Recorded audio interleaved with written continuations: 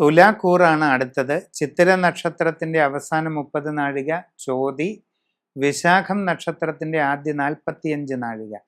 ഇവ ചേർന്ന തുലാക്കൂറുകാരെ സംബന്ധിച്ച് വ്യാഴം മാറുന്നത് 9ലേക്കാണ്. ഭാഗ്യസ്ഥാനമായ 9ലേക്ക് വ്യാഴം വരുന്നത് അത്യന്തം ഗുണകരമാണെന്നാണ് ഗോചര ഫല സിദ്ധാന്തങ്ങൾ പറയുന്നത്. എല്ലാ കാര്യങ്ങളിലും ഭാഗ്യം അനുകൂലമാകും. ഒട്ടേറെ നേട്ടങ്ങൾ കൈവരിക്കാൻ സാധിക്കും.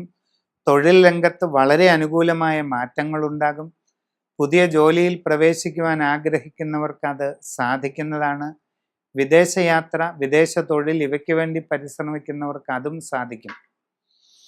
നൂതന സംരംഭങ്ങളിൽ ഇടപെട്ട് നേട്ടങ്ങൾ കൈവരിക്കാനായിട്ട് നിങ്ങൾക്ക് അവസരം വന്നു ചേരുന്നതാണ്.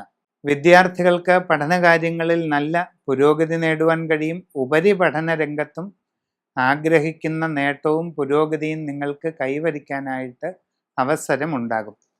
ജീവിതത്തിൽ ഒട്ടേറെ നല്ല മാറ്റങ്ങൾ ഉണ്ടാകാൻ സാധ്യതയുള്ള കാലഘട്ടമാണ് വരാൻ പോകുന്നത്.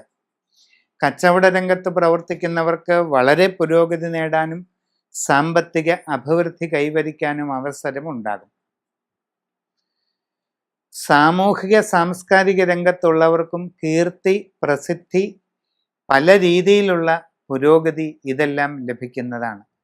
കലാരംഗത്ത് പ്രവർത്തിക്കുന്നവർക്ക് കൂടുതൽ അവസരങ്ങൾ, നിങ്ങളുടെ പ്രസിദ്ധി വർദ്ധിക്കുക, കൂടുതൽ ഉയരങ്ങളിലേക്ക് എത്തിച്ചേരുക തുടങ്ങിയ അവസ്ഥകൾ വന്നു ചേരുന്നതാണ്. വിവാഹാലോചനകളിൽ അധികം വൈകാതെ തീരുമാനമുണ്ടാകും. കുടുംബത്തിൽ സന്തോഷവും സ്വസ്ഥതയും നിലനിൽക്കും.